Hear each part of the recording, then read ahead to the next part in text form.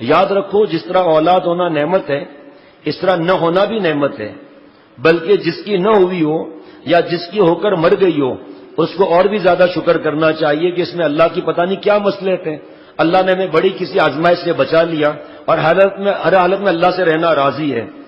آج کل کی تو اولاد عموماً ایسی ہوتی ہے کہ وہ خدا سے غافل رہنے والی ہوتی ہے، 100 برس پہلے کی بات ہے، اب کیا حالات ہیں۔ بس جس کی نہ ہو وہ شکر کرے کہ اللہ تعالیٰ نے سب فکروں سے آزاد کیا ہے، ان کو چاہیے کہ اطمینان سے اللہ تعالیٰ کو یاد رکھیں۔ بعض لوگوں کے لیے اولاد عذاب جان ہو جاتی ہے، جیسے منافقین کے بارے میں اللہ فرماتے اے محمد صلی اللہ تعالیٰ علیہ وسلم آپ کو ان کے مال اور اولاد اچھے نہ معلوم ہو، اللہ تعالیٰ تو یہ چاہتے ہیں کہ ان مالوں اور اولادوں کی وجہ سے ان کو اس دنیا کی زندگی میں عذاب دیں۔ یہ کفار کی بات ہو رہی ہے، مسلمان نہ سمجھے۔ یہ واقعی بعض وقت اولاد وبال جان بھی ہو جاتی ہے۔ بچپن میں تو ان کے پیشاب پخانے میں نمازیں برباد کرتے ہیں، جب بڑے ہو جاتے ہیں تو ان کے لیے طرح طرح کی فکریں ہو جاتی ہیں، ان کے لیے جائیداد ہو، روپیہ ہو، گھر ہو، خواہ دین رہے اولاد کا یا نہ رہے، لیکن جس طرح بن پڑے گا ان کے لیے دنیا سمیٹیں گے، حرام حلال کی فکر نہ کریں گے، ہر وقت اسی دن میں رہیں گے، حلال و حرام بھی کچھ تمیز نہ کریں گے۔ بس ایسی اولاد کا نہ ہونا ہی نعمت ہے۔ جن لوگوں کی اولاد نہیں ان پر خدا کی بڑی نعمت ہے، اگر اولاد ہوتی تو ان کی کیا حالت ہوتی، اللہ کے علم میں، ہمارے علم میں نہیں۔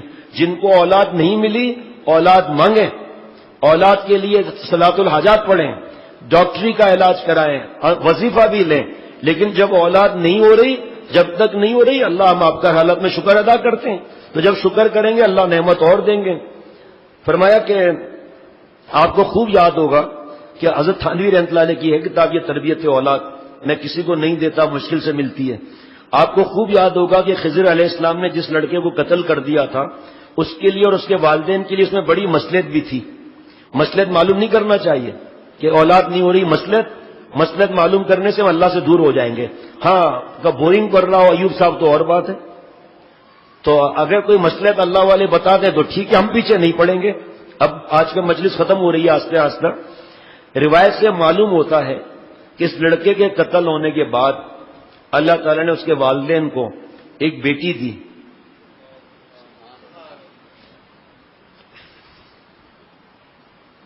ایک لڑکی دی جن کی اولاد میں انبیاء علیہ السلام پیدا ہوئے۔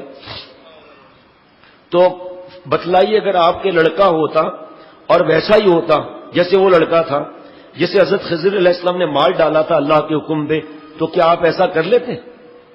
پھر یہ خدا کی بڑی مصلحت ہے کہ اس نے آپ کو لڑکیاں دی، کیونکہ عموماً لڑکیاں خاندان کو بدنام نہیں کیا کرتی اور والدین کی اطاعت اور خدمت بھی خوب کرتی ہیں، اور لڑکے تو آج کل ایسے آزاد ہوتے ہیں کہ خدا کی پناہ، ان کے ہونے سے تو ان کا نہ ہونا بھلا تھا۔ اب آج کل اگر حضرت خضر علیہ السلام ایسے لڑکوں کو نہیں مارتے تو اللہ میاں تو ذبح کر سکتے ہیں، اور اللہ کا پیدا نہ کرنا بچے کو یا پیدا کر کے موت دے دینا یہ بھی ایک گونا ذبح ہی کی مثل ہے۔ اور جس کو اللہ تعالیٰ کچھ بھی اولاد نہ دیں، نہ لڑکا نہ لڑکی، اس کے لیے اللہ کی یہی مصلحت ہے، تم راضی رہو اللہ سے، کیونکہ وہ بندوں کی مصلحتوں کو ان سے زیادہ جانتے ہیں۔ دیکھیے آج ایک شخص بے فکری سے دین کے کام میں لگا ہوا ہے کیونکہ اس کی اولاد نہیں۔ اب اگر اس کی اولاد ہو جائے تو کیا خبر ہے اس وقت یہ بے فکری رہے یا نہ رہے۔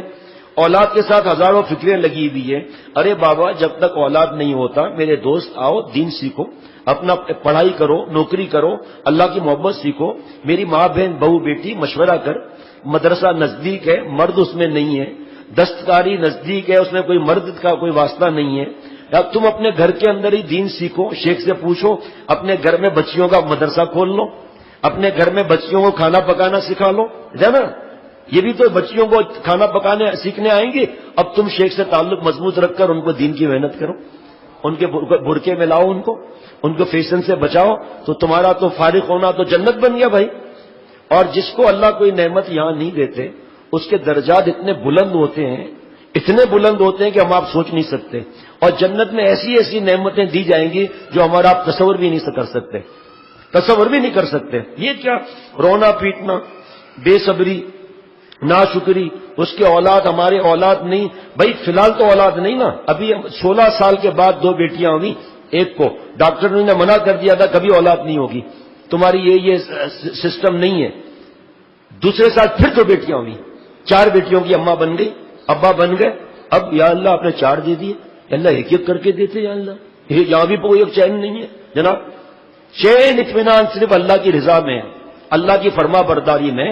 اللہ سے اولاد مانگ، جب تک نہیں آتا میرے بھائی، میری ماں بہن بہو بیٹی، آنا اپنی نیک سہیلیوں کے پاس، آنا نیک طریقہ سیکھ دنیا کا، دین کا. اپنے شوہر کو کہیں شیخ کے پاس تربیت کا کریں. خاندان میں اطلاع کر دو کہ بچوں کی تربیت یہاں ہوتی ہے. الحمدللہ اللہ نے دیا ہے، پیسے بھی نہیں لیں گے. اسی بہانے سے دین کان میں ڈال دو. آپ کا تو صدقہ جاریہ قیامت تک کا ہو گیا. رونا دھونا، اپنے کو بیمار کر دینا، صحت پہ اثر پڑے گا، پھر بچہ کیسے ہوگا؟ اچھا جناب، عورت کے لیے تو بچے کا ہونا ایسا ہے کہ عورت صحیح تربیت نہ کر کے پھنس بھی جاتی ہے. اور مرد کے لیے بھی کچھ مصیبت نہیں کہ ہر چیز کی فکر رکھ رہے ہیں. اور بچے صاحب تشریف لائے ہیں، وہ تو مانند پھول اور پان کے ہیں، یعنی نیا پان کا پتا، یعنی کہ نہایت کمزور. ذرا سا کچھ ہوا اور سرد ہوا لگ گئی، ہینڈ گئے، گرم ہوا لگ گئی، لو لگ گئی، اب رو رہے ہیں اور پتہ نہیں کیا کیا حالات ہو رہے ہیں. اس لیے جن کو اولاد دی ان کی وہ مسئلے، اور وہ اولاد اگر اللہ کے اور نبی صلی اللہ علیہ وسلم کے طریقے پر تربیت پا رہی ہے تو والدین کے لیے مبارک. ورنہ والدین دینداری کے باوجود پکڑ کا خطرہ ہے کہ اولاد کی ناجائز باتیں پوری کر رہے ہیں. اولاد کو برقع نہیں پہنا رہے، بیٹیوں کو باریک لباس دیا ہوا ہے، فیشن سکھا رہی ہیں. کیا ہے؟ دیندار ہیں. پینٹ پہنا رہی ہیں، چڈیاں پہنا رہی ہیں، کیا ہے؟ دیندار ہیں. کیسی دینداری ہے یہ؟ پھر سارا لکھا ہے کہ بچوں کی بیماریاں اور سب، یہ دین کا کام بھی کرنا چاہتے ہیں تو نہیں کر سکتے، لیکن اللہ ان کو اس راستے سے ملے گا. بچے کے ناز اٹھائے، ان کے بیماری کا خیال کیا، سب فکر کی. ہمارے استاذ مولانا سید احمد صاحب دہلوی کے ماموں مولانا سید محبوب علی صاحب جعفری کی کوئی اولاد نہیں ہوتی تھی. ایک دن وہ غمگین بیٹھے ہوئے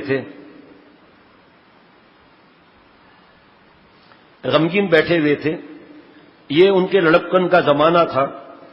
میرے استاذ نے پوچھا کہ آپ غمگین کیوں ہیں؟ کیا؟ کہا مجھے اس کا رنج ہے کہ بڑھاپا آ گیا اور میرے اب تک اولاد نہیں ہوئی. استاذ رحمت اللہ نے فرمایا سبحان اللہ، یہ خوشی کی بات ہے یا غم کی؟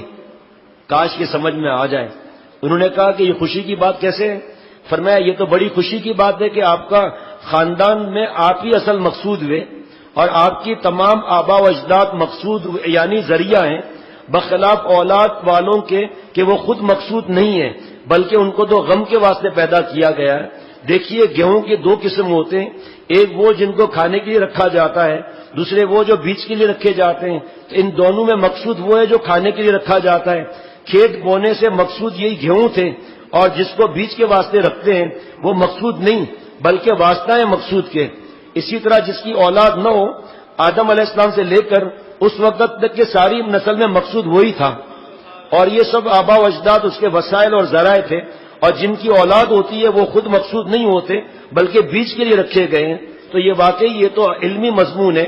بے اولادوں کو اپنی حسرت اس مضمون کو سوچ کر ٹال دینی چاہیے، اللہ سے اولاد مانگتے رہو.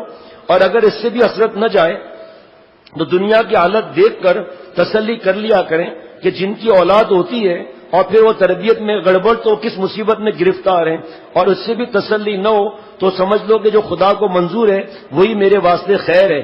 نہ معلوم اولاد ہوتی تو کیسی ہوتی، اور یہ بھی نہ کر سکیں تو کم از کم یہ تو سمجھیں کہ اولاد نہ ہونے میں بیوی کی کیا خطا ہے، یا بیوی پر ظلم کرتے ہیں، بیوی کی کیا خطا ہے اس کے اندر. اللہ تعالیٰ 1-2 مضمون ہیں جو بیان کرنے کے لیے نہیں ہے، کسی کو سمجھ میں نہیں آئیں گے، یہ مضمون ہائی لیول کے ہیں، تو اس لیے میں یہ مضمون نہیں بیان کرتا، بس دعا کر لیتا ہوں. بہت سے لوگ بچوں کو اڈاپٹ کرتے ہیں، ہمارے حضرت اور بڑے بزرگ منع فرماتے ہیں. پہلے تو آپ سمجھ لیجئے ایک بات کہ بیٹی اڈاپٹ کی، ٹھیک، وہ بڑی ہو گئی تو شوہر کی تو نامحرم ہوئی، اور اب کیسے ایک ہی گھر میں احتیاط ہوگی؟ وہ بیٹی تو اپنا باپ سمجھ کے چپکتی رہے گی. اب تو یہاں معاملہ الگ ہو گیا. ایک بات، بیٹا اڈاپٹ کیا، کچھ عرصے کے بعد وہ تو اپنی اماں کے لیے نامحرم ہو گیا بھائی صاحب، اب کیسے معاملات ہوں گے؟ ایک بات. دوسری بات یہ کہ اڈاپٹ کر کے چھپاتے ہیں، بتاتے نہیں ہیں. ولدیت بدلنا جائز ہے؟ ایک بات، نکاح کے وقت ولدیت بدل دی جائے. اب میں مسئلے نہیں بتاتا، میں تو اشارے بتاتا ہوں کہ جا کر پوچھ لیں کہ ولدیت بدل دیتے ہیں تاکہ ہمارے جو اڈاپٹ کیا ہوا بیٹا اور بیٹی جو ہے وہ محروم نہ ہو جائیں نام کوئی اور دیکھ کر. اسکول میں بھی نام غلط لکھاتے ہیں, فارم پیپر بھی غلط لکھا دیا. اسٹارٹ ہے نا, جو لکھانا ہے لکھ دیا جناب, سرٹیفکیٹ جعلی لگا دیا, پیدائش کا جو بھی کرنا ہے کر لیا. اب نکاح کے وقت کیا ہوگا؟ بات تو چھپائی گئی. اب مفتی صاحب فرما رہے ہیں یہ کیا ہے, اب کیا ہوگا؟ ایک دوسری بات یہ کہ خدا نخواستہ جو اڈاپٹ کیا بیٹا یا بیٹی اس کو پیار زیادہ دیں گے, اس کے نخرے زیادہ اٹھائیں گے, بگڑ گیا. اب ان کے جو ماں باپ تھے جو اصل, وہ کہیں گے ہماری اولاد کو تم لوگوں نے برباد کیا, تم ظالم ہو, ہم نے تو اولاد کو نیک بنانا تھا, تم نے تو لیڈی ڈاکٹر بنا دیا میری بیٹی کو.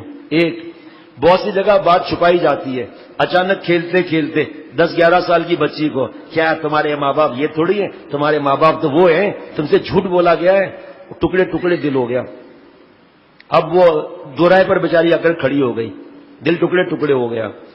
حضرت فرماتے تھے کہ جو ماں باپ نے پرورش کی اس سے بھی نفرت, اور جو ماں باپ نے دیا بچہ اس سے بھی نفرت. کیا میں آپ پر بوجھ دی؟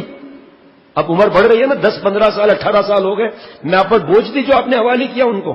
آپ میری پرورش نہیں کر سکتے تھے؟ لڑائی, ان سے بدتمیزی الگ, کہ کیا ضرورت تھی آپ کو مجھے اڈاپٹ کرنے کی؟ آپ نے مجھے ماں باپ کی محبت سے محروم کیا, ماں کے دودھ سے مجھے آپ نے محروم کیا. ایسے ایسے اس کے مسائل ہیں کہ آپ لوگ سوچ بھی نہیں سکتے. آسان ہوتا ہے اڈاپٹ کرنا, لیکن بات کے کیسے مسائل ہوتے ہیں. اب ماں کی خدا نخواستہ کوئی اولاد اس کا انتقال کر گیا, اب وہ حسرت بھری نظروں سے دیکھ رہے ہیں, بیٹی کو بیٹی نہیں بول سکتا, بیٹے کو بیٹا نہیں بول سکتا. اب غیبتیں شروع ہو گئیں, اب اشارے دیے جا رہے ہیں واپس کریں. اب مشکل کھڑی ہو گئی. بھائی جو اللہ تعالیٰ دے رہے ہیں, جو زندگی گزر رہی ہے, اللہ تعالیٰ سے راضی رہیں. یہ ہو ہی نہیں سکتا کہ جس بچے کو اڈاپٹ کیا جائے اس کی ناجائز باتوں کو نہ مانا جائے, یہ ہو ہی نہیں سکتا. یہ ہو ہی نہیں سکتا کہ اس پہ ہاتھ اٹھائے ماں باپ. کیوں؟ ان کو پتا چلے گا, وہ تو ناراض ہو جائیں گے کہ ہمارے بچے پر ہاتھ کیسے اٹھایا آپ نے. اگر بچہ ہے کیا ہو گیا, اب بھائیوں میں یا بہن جو اعلیٰ, اور ان کے جھگڑے شروع ہو گئے. برادری والے بلیک میل کر رہے ہیں, اب ہم تمہارے بچوں کو بتا دیں گے تم اس کے ماں باپ نہیں ہو. اچھا اچھا اچھا اچھا اچھا, اور بتا بھی دیتے ہیں. پھر بات کہاں تک چلے گی؟ اور اگر نہیں بتا دیا تو اب بچہ کا ذہن بنا ہوا نہیں ہے, تمہارے ماں باپ وہ ہیں, ہم نے تو تمہیں پرورش کی ہے. اب وہ کیا سمجھے گا اس بات کو, وہ کیا ان کے ساتھ محبت کا دل لگائے گا؟ وہ وہیں بچپن سے ہی نفسیاتی کا معاملہ ہو گیا, بعد میں بتایا تو نفسیاتی کا معاملہ ہو گیا, شادی کے بعد بتایا تو اور مصیبت کھڑی ہو گئی. اللہ تعالیٰ ہم سب کو دین کی سمجھ عطا فرمائے, اور اپنے بڑوں کی بات سمجھ میں نہ آئے ماننے کی توفیق عطا فرمائے.